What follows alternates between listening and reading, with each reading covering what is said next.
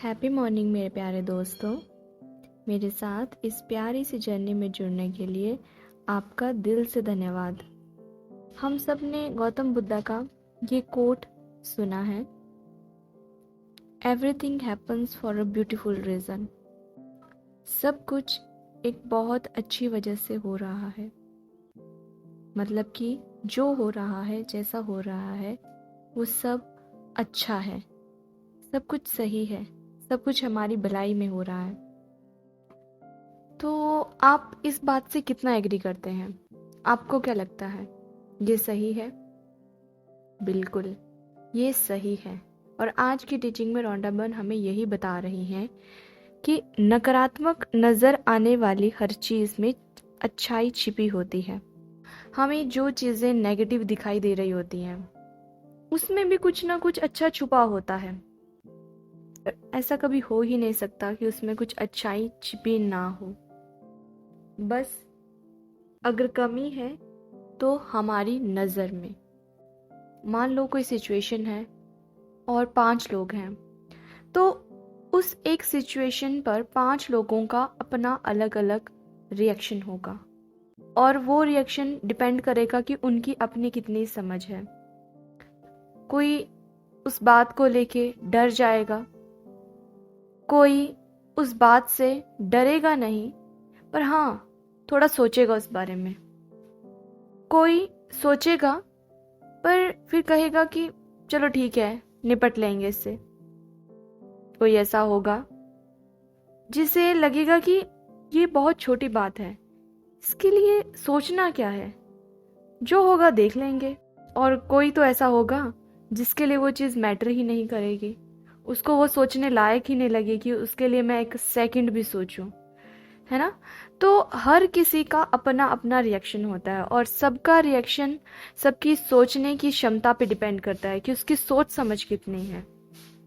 तो कोई चीज़ें जो आपको आज नेगेटिव दिखाई दे रही हैं, भविष्य में आप उसमें छिपी हुई किसी अच्छाई को, किसी भली चीज़ को ढूंढ ही लोगे। ऐसा होता है ना कई बार कि जब हम अपने अतीत में झांक कर देखते हैं, तो ऐसे बहुत सारे किस्से होते हैं हमारे जीवन के, जो उस वक्त की हमारी बहुत गंभीर समस्याएं थी, या कोई ऐसी सिचुएशन थी जो कि उस वक्त हमें बहुत डरा रही थी, या उस वक्त वो हमें कमज़ोर कर रही थी, या कुछ ऐसी कि हमें उस वक्त ऐसा लग रहा था कि क्या कभी मैं इस सिचुएशन से बाहर निकल पाऊंगा, क्या इस प्रॉब्लम का कोई मुझे हल मिलेगा।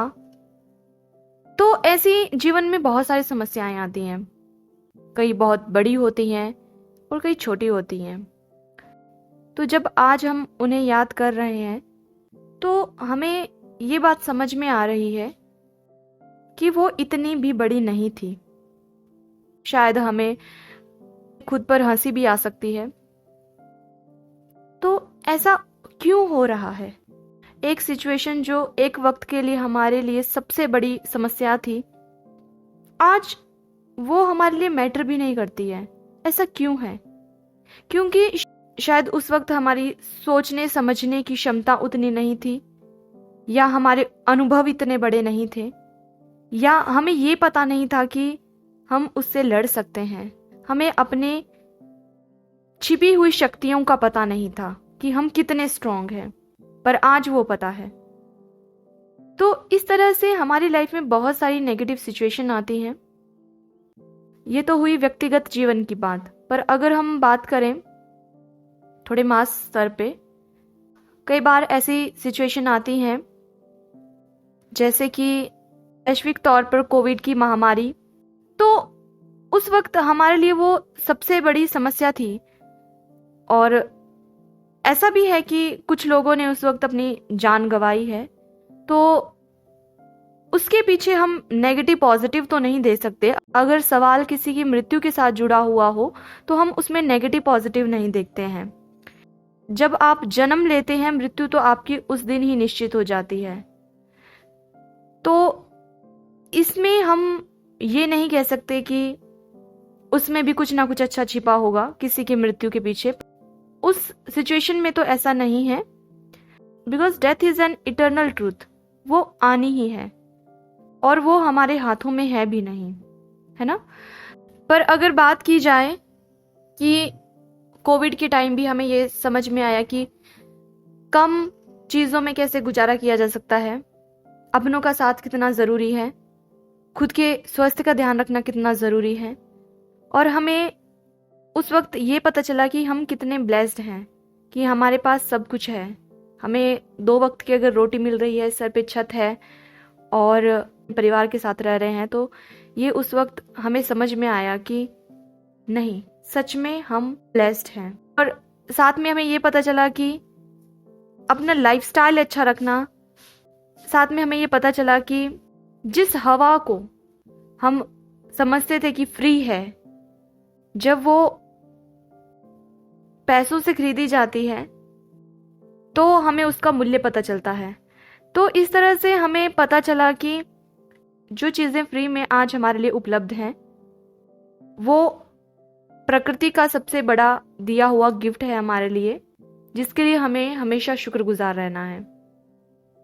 इसके अलावा ऐसी भी कुछ सिचुएशन आती हैं नेशनल लेवल पे, जैसे कि फ्लड आना, अर्थक्वेक आना, या सूखा पड़ना, या कहीं पे कोई लैंडस्लाइड हो जाता है जिसमें बहुत नुकसान हो जाता है, या बलात्कार हो जाना, या कहीं दंगे फसाद होना, कहीं पे युद्ध होना। तो ऐसी सिचुएशन में सवाल ये उठता है कि इनमें क्या पॉजिटिव है, इनमें क्या अच्छाई छिपी हुई है।